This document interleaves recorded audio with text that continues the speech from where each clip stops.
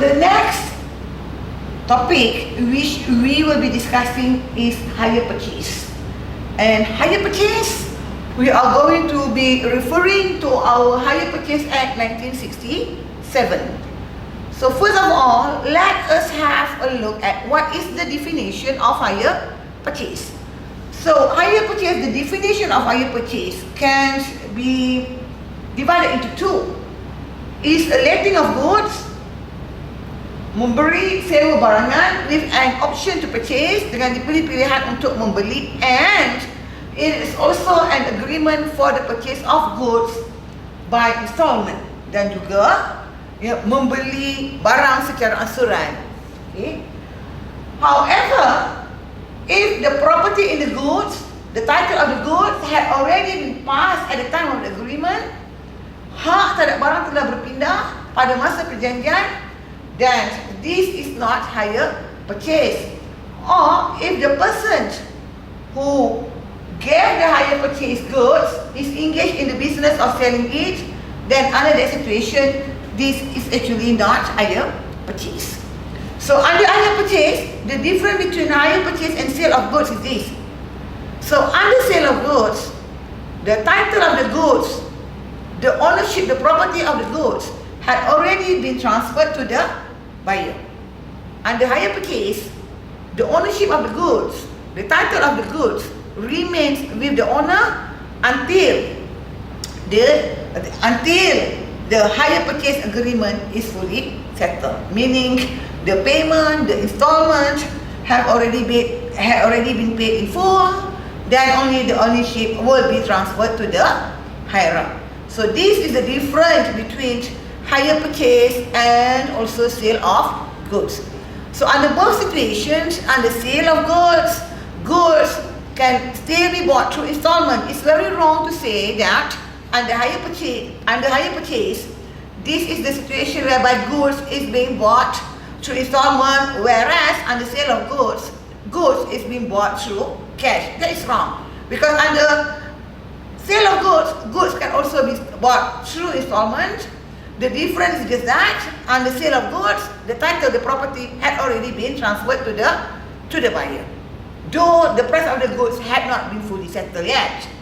And that, because of the exception just now, we have to bear in mind under hire purchase, it will involve three parties: the dealer, and then we have the owner, and then the hirer. The hirer is the customer. The owner, this is the bank. So the owner and the dealer, so let's say we wanted to buy a Toyota car. So Toyota is the dealer. We don't have enough money, so we approach CIMB Bank. So CIMB is the owner of the car. Why? Because what happens under hire purchase, the bank will buy the said car from the dealer. So the dealer is actually the seller, and the owner, the bank, is actually the buyer. So between the owner and the dealer, they will enter this sale of goods agreement. Sale of goods will be here. Whereas we all, the customer, we will enter with the bank, with the owner, this hire purchase agreement. So what we will be discussing is this one, this part, the hire purchase agreement. So that's why under the section B, it says that, so if the person who gave the hire purchase is the dealer, then this is not the hire purchase agreement. Why? Because there must be three parties involved, cannot only two parties. Tak boleh dua pihak je, mesti ada tiga pihak. Meaning the bank have to exist under that situation. So if you bought something through credit, you bought something, you do not pay cash. Let's say you bought something from Courts Memo, then under that situation there is not hire purchase. Why? Because you did not involve the bank. You and Courts Memo alone, and under that situation, the property of the goods, hak milik itu, is already transferred to you as the buyer, meaning the property become yours. So that is actually sale of goods and not hire purchase. So I have discussed with you earlier, under sale of goods, the property involved under the sale of goods is all kind of movable property. As long as it's movable, then you can use sale of goods. However, the property which is involved, the goods which is involved under hire purchase is only those goods which is being listed under the first schedule of the Hire Purchase Act. And these are the 6 types of goods which actually we can use Hire Purchase Act. What are these? All consumer goods. All consumer goods are those goods which are domestic goods which is normally used by the household. So this is considered as consumer goods, meaning you can buy the fridge through hire purchase, you can buy the bedroom set through hire purchase, because these are all consumer goods because it's being used by the household. And then invalid carriages. Invalid carriages, example of invalid carriages is wheelchair. Wheelchair is invalid carriages. These are the type of things which is being used by all these people who is incapable. Okay? And then third one, this is motorcycle. I think I need to explain because you know what is motorcycle. There are motorcars. Motorcars, this one include taxi, the Uber car, the hired cars. All these are motorcars. And fifthly, this is goods vehicle.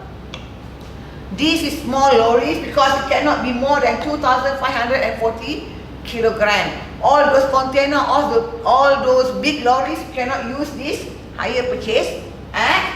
And finally, buses. Buses including stage buses. What is stage buses? These are all the double-decker bus. So this is considered as stage buses. So if all those goods falls under any of these type of goods, then the parties can actually use the hire purchase act. What happened if the parties wanted to use the hire purchase act, however the goods is not prescribed? If the goods is not prescribed under the hire purchase act, still both parties can actually choose to use hire purchase act. Then they must agree to this and must make sure there are 3 parties involved under that situation. So this is what happened in Kesang leasing, because in Kesang leasing the parties wanted to buy computer and they wanted to use the hire purchase act. Yes, can, as long as all parties agree to that. Okay, so now we are going to discuss with regards to the formalities of hire purchase agreement. So hire purchase is very different from sale of goods. Why? Because under sale of goods there is no formalities. Under sale of goods, it is not need to be in writing. You bought your lunch, you go to the supermarket and buy a pencil, all those are sale of goods and there is no formalities. You do not sign any agreement or whatsoever in writing. However, under hire purchase, it need to follow these formalities which is being laid down by the Hire Purchase Act, and if the parties fail to follow these formalities, then the agreement will become void. Okay, so meaning if it's void, what will happen? No agreement. If you bought a car through hire purchase and suddenly one of these formalities is not fulfilled, fail to follow these formalities, the agreement become void, and you bought this car through hire purchase, you have been using the car for 5 months, now the agreement is void, then what will happen? You need to return back the car to the owner. The owner, who is the owner? The bank. The bank really need to return back the payment which you have made. Under that situation, who will gain the benefit? You, the customer. Why is it you, the customer, will gain the benefit? Because you have already used the car for 5 months. Now you need to return back the car, and all the payment you have paid earlier is going to be paid back to you. Okay, so most of the time it is the bank, it is the owner who will be very careful. They will make sure that all these formalities, they have followed all these formalities, because if they fail to follow any of the formalities, they are the ones who are going to suffer. So let us have a look now as to what are these formalities which need to be followed by both parties, of course. These are the procedures which need to be followed to make sure that the agreement will not become a void one. So the first one, if the negotiation, kalau urus niaga, is being done by the owner. Who is the owner? The bank. Then if the negotiation is being done by the bank, the notice under part 1 of the second schedule, that is a notice, a sample of the notice under the Hire Purchase Act, under the second schedule. This notice need to be served on the intended hirer, on the customer. And this is a must. So actually both parties did not enter into any contract yet, did not enter into any agreement yet. The customer at this stage, he did not agree yet that he's going to enter into the hire purchase agreement, meaning he haven't decided whether he wanted to buy the car yet or not. However, this notice need to be served on him already. And what is actually the content of this notice? These are the content of the notice. The description of goods, whether the good is second hand or first hand, where is the good, the address of the goods, how much it is cash price. If you buy the goods through cash, how much you need to pay, and how much deposit you need to pay to be able to acquire these goods under hire purchase. And if that is a delivery charges, how much is delivery charges, the insurance registration fee if this involves a vehicle, and also the term charges, the interest rate, how much is it, and the difference of price. If you bought through cash, how much, you bought through hire purchase, how much you need to pay, and also how many number of installments you need to pay, how many years actually it takes for you to fully settle the price of the said car. So why actually this need to be served on the hirer? This is actually a pre-contract, a pre-contractual information. Why is it a pre-contractual information? Because all these particulars is already binding on the owner. However, as for the hirer, maybe once the hirer have a look at this, then the hirer decided not to go on with the agreement, can or not can. And that is the purpose why this notice is being given to the hirer. Why I say that this is the purpose why the notice is being given to the hirer? So that the hirer can think of carefully as to whether the hirer can afford to be involved in this commitment or not. If the hirer feels after looking through at the notice that this actually financial commitment is a very burdensome commitment and the hirer don't want to get involved in it and he wanted to withdraw, the hirer can do that. However, once this notice is already accepted by the hirer, meaning the hirer agrees to enter into the hire purchase agreement, the bank, the owner, cannot differ from what they have offered. Actually, all this actually is an offer to the hirer. So meaning if the hirer agrees, the hirer had already accepted this offer, and once the hirer had already accepted the offer, it's already a contract. And secondly, if let's say the negotiation is being done by the dealer, so if let's say I wanted to buy a car from Toyota, Toyota is the dealer, urus niaga, dibuat oleh dealer, then under the situation, two notice need to be served on the intended hirer. So notice under part 1 and also part 2, meaning the notice which I have elaborated to you just now need to be served on the hirer, and the other notice also need to be served on the hirer. What is the other notice? This other notice is actually a consent of the prospective owner, the consent of the bank, meaning the bank agrees to become a party to this hire purchase agreement. So this also need to be served on the hirer. And thirdly, the third formality is that this hire purchase agreement need to be done in writing. There is no specific format under the Hire Purchase Act. However, the Hire Purchase Act says it must be in writing, and of course the writing have to be big enough so that of course the purpose is to enable the hirer to read it. So if it's too small, it's not allowed. And this agreement it can only be made either in Bahasa Melayu, Bahasa Malaysia, or in English, not any other language. That is stated clearly under the Hire Purchase Act. And number 4, this agreement must be signed by all parties, meaning the hirer must sign it, the owner must sign it, and if there is a guarantor involved in this case, the guarantor also must sign it. And when they sign the agreement must be a fully completed agreement. They cannot sign a blank agreement. If they sign a blank agreement, then again the hire purchase agreement will become void. Jadi batal sebab tanda tangan borang yang kosong. Perjanjian yang kosong. Tak boleh. Okay, then what actually is the content of the hire purchase agreement? The content of the hire purchase agreement cannot be differ from the pre-contractual information which I have elaborated earlier. So all the content, so that's why we said that that is a pre-contractual information. Why? It's binding upon the owner, because all the content must be the same with the content of the contract. So inside the contract, all these items must be there.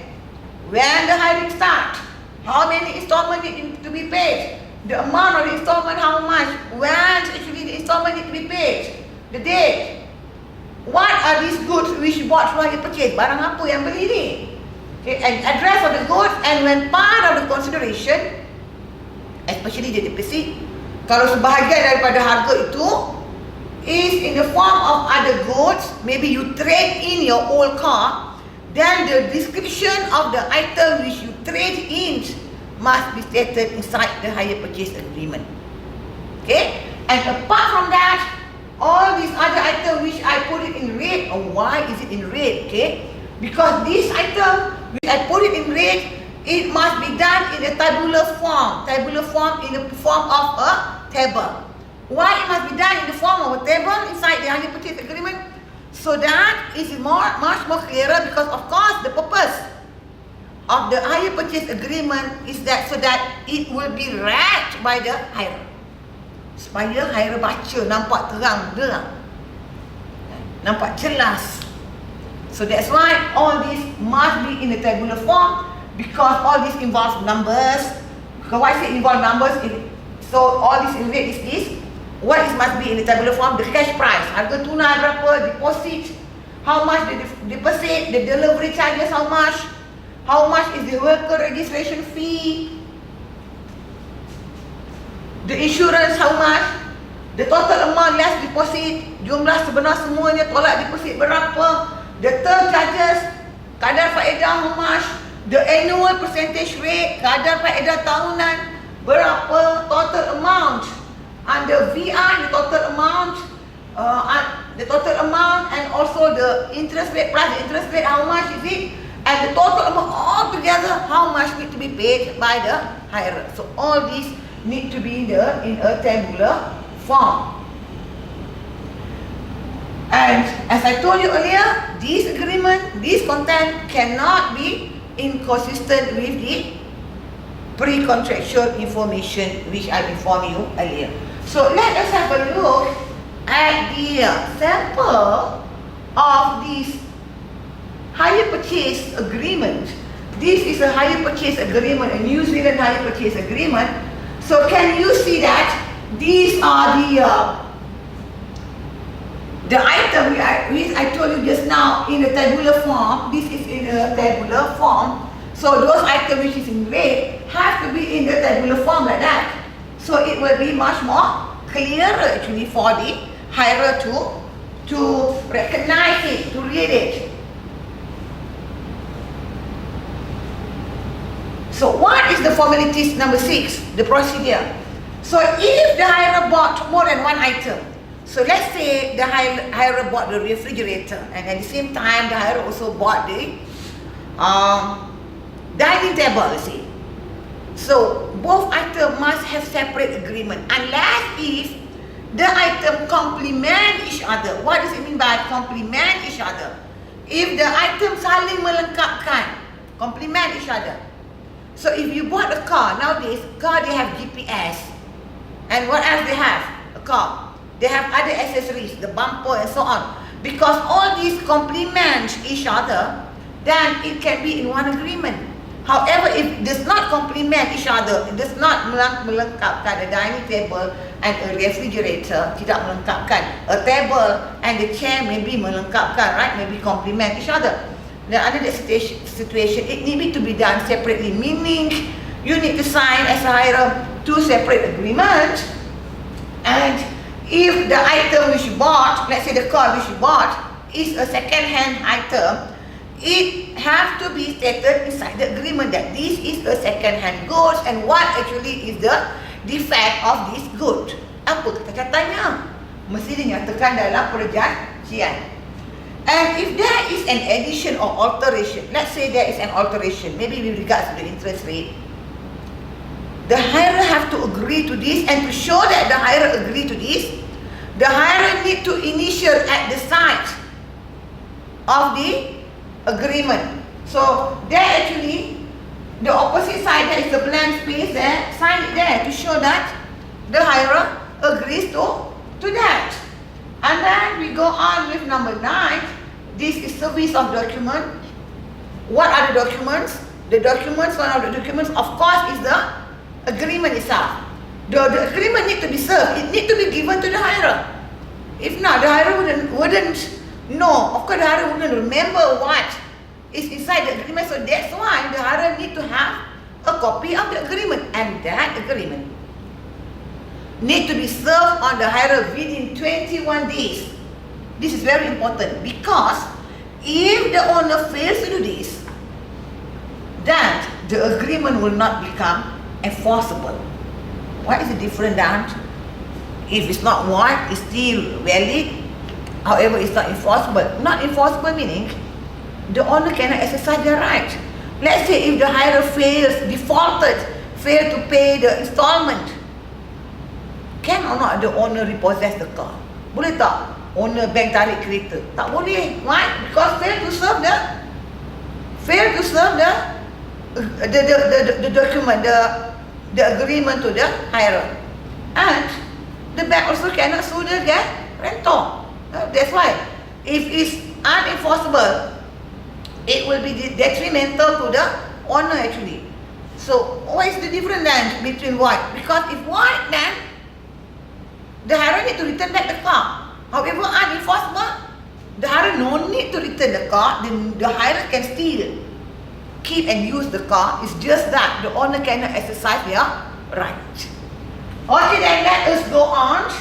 If let's say before any final payment, maybe the agreement is missing. The hirer has misplaced the agreement and the hirer needs another copy of the agreement. The hirer can do that, can make a request, and within 21 days also, the owner need to supply with this new set of agreement. And if this involves insurance policy, meaning insurance is being bought by the owner, then the receipt of the insurance need to be served immediately to the hirer, and the policy is within 7 days. Okay, so this is the basic formalities which need to be followed by both parties, especially the owner, which is being prescribed under the Hire Purchase Act. And the other part of the Hire Purchase Act is discussing with regards to the rate of interest. So let's go on with deposit. So deposit is also a requirement. It's a must which need to be fulfilled by both parties. So if deposit is not paid, then the agreement again will become void. How much deposits? So meaning, as a hirer must have enough money to pay the deposit. Deposit is 1%. 1/10 meaning, sorry, not 1%, 10%. 1/10 is actually 10%. Deposit which need to be paid by the hirer to the owner is actually, to the dealer is actually 10%. So if the price of the car is 100,000, how much is it? It's 10,000 ringgit. So meaning if a hirer does not have enough money to pay deposit, then the hirer cannot enter into a hire purchase agreement. So actually this Hire Purchase Act is trying to protect a hirer, so that the hirer actually realize, well, I don't have enough money, so the hirer will not enter into this commitment. Takkan belilah, tak cukup duit. Maybe the hirer will then decide to buy something which is much more cheaper. And this situation under Section 32, this cannot be considered as a valid deposit. So meaning, if it involves this item under Section 32, it's not valid deposit. What is this? If the hirer does not have enough money, then what the hirer did? The hirer borrowed from the owner, from the bank, from the same bank which provide the hire purchase agreement. That is not valid. Or maybe not from the bank directly. The hirer borrowed money from the agent of the bank, the employee of the bank, or with somebody else which the bank introduced. This will not be also a valid deposit. Maybe the bank says that the bank inform the hirer, if you don't have enough money, you can go to this alumni BC. That this will not be considered as a valid deposit. So if the deposit is partly in goods, because why? Because the hirer trade in his old car and the value of this good is being inflated, dinaikkan harga itu, so that can cover the amount of deposit. This also is not allowed, and the excess value then will be discounted. And if, let's say the last one, what the owner did, the owner gave the car to be rented by the hirer for 10 months, let's say, and the amount of rental is taken into account as deposit. This is also wrong, and this is also not allowed. So let us go on with the other topic, which is actually the implied terms and conditions. This is the protection of the hirer and guarantors. These ones I'm not going to discuss in detail because I have discussed this on the sale of goods, and these implied terms and condition is actually the same as in sale of goods.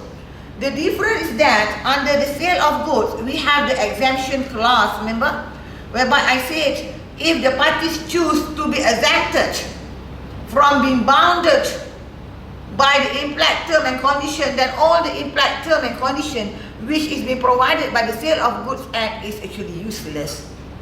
However, under the Hire Purchase Act, we does not have such a provision. So meaning the owner is not allowed to be exempted from this implied term and condition. Only under two situations alone, dua keadaan sahaja, the owner is allowed to be exempted. Owner boleh dikecualikan dan terikat. What are that two situations? These two situations is with regard to merchantable quality. Okay, so we go on with merchantable quality, and also fitness for purpose. And this also is only for second-hand goods alone. So meaning, if the goods which is involved in the hire purchase agreement is a second-hand goods, then the owner can be exempted from the implied terms that the goods have to be of merchantable quality. However, provided it's being stated in the agreement and the guarantor and also the hirer agree to this, meaning they sign the agreement saying they are fully aware that this item is second hand, and because of that is of the merchantable quality is being exempted, meaning maybe the item is not of merchantable quality.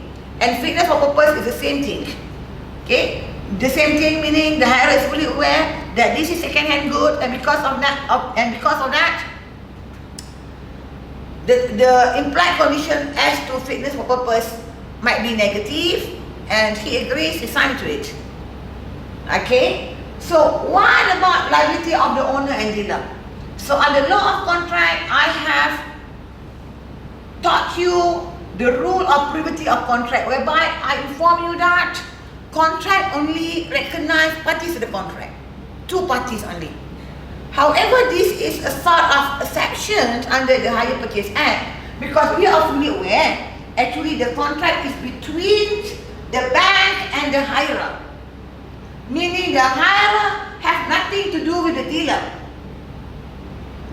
The dealer is actually a stranger in this contract. However, if there is a misrepresentation done by the dealer or the agent of the dealer, the hirer can still take action against the dealer under the Hire Purchase Act. So that's why I said this is some sort of an exception to privity of contract. So now let us go on with the statutory right of the hirer. Why it is known as statutory right? Because this is the right which is being given to the hirer by the law. This is the right which is inside the Hire Purchase Act to protect the hirer. Okay, let us go one by one pertaining to this right. The right to statement relating to financial position. So a hirer can at any time request before the final payment is being made from the owner for this statement. So they can request for this statement. Why? Because they wanted to know how much actually the amount of money they have paid to the bank, what is the amount due, how much is the amount which needs to be paid, amount which is payable, and if there is an overdue of interest, how much it is. So all these can be seen from the financial statement. And as the hirer have the right to have a copy of this. And what happened if the owner did not serve this financial statement within 14 days as requested? Then again, the agreement would not become enforceable, meaning the owner cannot sue the guarantor or repossess the car or sue the hirer on the default. However, of course, the law is also fair on the part of the owner. So meaning that, not to say that every time, every week, the hirer can request for this financial statement. This financial statement can only be requested 3 months once. Okay, that is the first right which is provided by the Hire Purchase Act. The second right, this is the right to appropriate payment. What does it mean? This is when it involves more than one agreement. So meaning the hirer bought more than one item. So when it involves more than one agreement, so actually it's up to the hirer. Once the hirer made payment, this payment is towards which item? Let's say the hirer does not have enough money. So the hirer that month have enough money only to pay for one item, for one goods only. So the hirer can choose whether this payment is to be allocated to the fridge or to the dining table set. It's up to the hirer. If the hirer did not instruct the owner, then of course it's up to the owner, it's up to their discretion that payment is to be allocated to which item. And then we go to number 3. This is a right to apply so that the goods to be removed to other places. So let's say myself, I'm being transferred to Johor Bahru from Perak. Of course, I want my car also to be transferred to Johor Bahru. And I can apply for this. I can ask for this order so that the address of my car now is to be transferred to Johor Bahru. I can do that. And number 4, this is the right to assign the hirer's right. So this is a right whereby I can assign, I wanted to give the rights which I have under my Hire Purchase Act to somebody else. Let's say I'm going overseas to further studies for 4 years, let's say. So I don't want to bring along my car because actually if I want to bring my car along with me, then the expenses will be very high. So now what I did, I am going to assign my right. Saya akan serahkan hak saya ni to my brother. Okay, so meaning after this, the payment will be done by my brother. Okay, the car will be used by my brother, and all the rights I have under the Hire Purchase Act will go to my brother. My liabilities also will go to my brother. Tanggungjawab saya kalau nak saman apa pun saman lah juga. Ya, adik saya lelaki saya tu tadi. Sebab semua dah serah kat dia. So the hirer have this right, and of course the owner cannot refuse to give consent. Tak bolehlah dia enggan bagi kebenaran. Owner mesti kena bagi. Cannot put inside the agreement that this will not be given. So that is not right, not allowed. So this is number 5, right, with regards to the right of the hirer. Number 5, what is this? This is the right by operation of law. So this situation occurs if the hirer dies or if the hirer becomes bankrupt. So does it mean when a hirer dies or the hirer becomes bankrupt, automatically the hire purchase agreement is being set aside? No, the hire purchase agreement is still on. It's just that when a hirer dies, then all the rights and liabilities under the hire purchase agreement will be transferred. If the hirer dies, will be transferred to the administrator of the estate of the hirer, pergi pada pentadbir pusaka. Whereas if a hirer becomes bankrupt, then it will be transferred to the official assignee, akan pergi kepada pegawai pemegang harta. What is number 6 then? Number 6, this is an early completion of the agreement. The hirer has enough money. Maybe he has won a sijil simpanan premium, and because of that he has enough money to settle the said agreement. He want to pay full. So meaning early settlement. This is also allowed. What need to be done by the hirer? Hirer just need to give written notice to the owner, and then he need to tender payment of the net balance. What is the net balance? The net balance will be this: the balance originally payable minus any amount paid. Okay, berapa jumlah yang sepatutnya dibayar sekarang, tolaklah. Ya, any amount paid, ada tak jumlah bayaran yang telah dibayar tadi? Okay, and rebate for the interest. Of course, he entitled to this rebate because he want to settle early. Pengurangan kan? And that, if you want the insurance to be cancelled, rebate for the insurance. And when can actually a hirer exercise this right? At any time, or once the owner have taken possession of the said goods. Sometimes, as the hirer, we overlook. We did not pay our installment, not to say we don't want to pay, and then after that we feel that this payment every month is troublesome and we want to settle the whole amount. We can just approach the bank and do this. And lastly, when the hirer has returned the goods to the owner. Okay, number 7, this is a right to terminate. So just now you have enough money, wanted to settle early. This one, this one, right to terminate agreement. This one meaning the hirer don't want to continue anymore with the hire purchase agreement. The hirer wanted to return the car to the bank. Pulang baliklah kereta, tak nak lagi. Meneruskan perjanjian. This can be done at any time also. Boleh buat pada bila-bila masa. Of course, during ordinary business hours. Don't do it 12 o'clock midnight.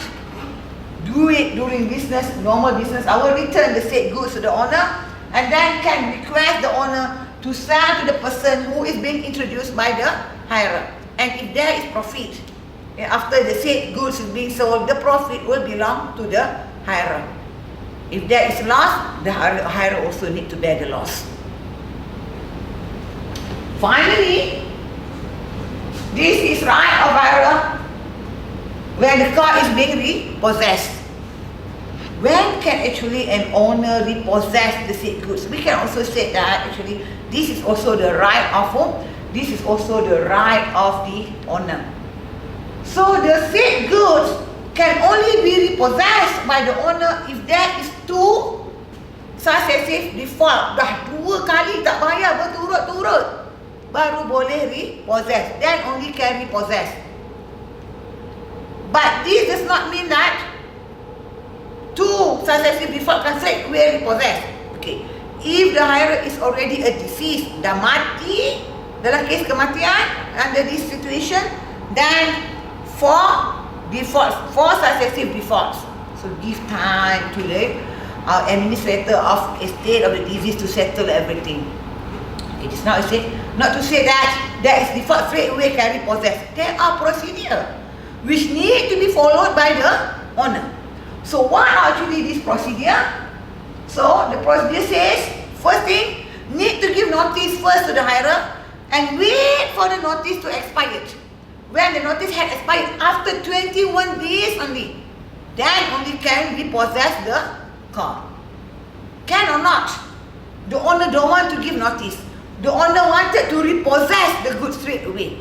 Can only if the owner can prove there is evidence that the goods will be concealed or the goods will be removed. Boleh, tapi kena buktikan barang itu akan disorokkan atau mungkin dipindahkan ke mana?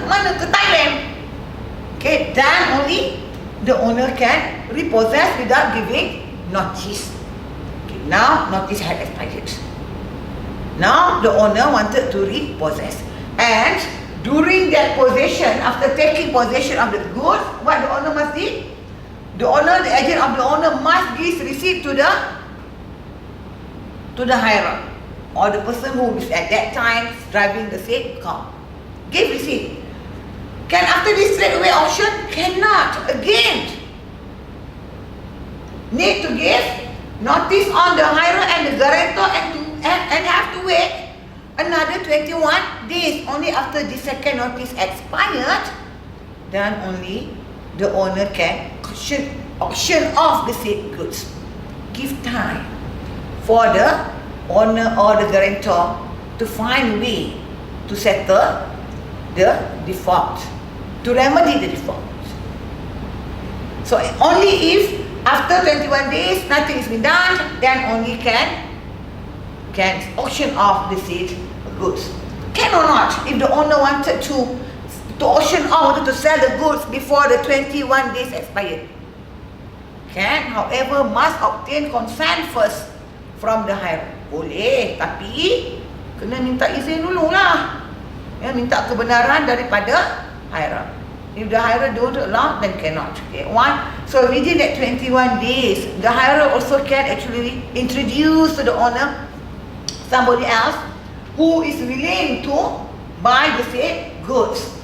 Okay, or he can ask the remedy the default, settle the amount, the installment which is in areas which is due, and then the request that the said goods be redelivered to him. And then this is limitation on term charges. So the term charges, kadar faedah cannot exceed the formula in 6 schedule. If the term charges exceeded this, under the situations, what the hirer can do, he can treat the agreement as void, or he can reduce his liability. Okay, student, that's all under your scheme of work, under the topic of hire purchase. And again, if you have any questions you would like to ask me, you can post your questions to me. Thank you, student.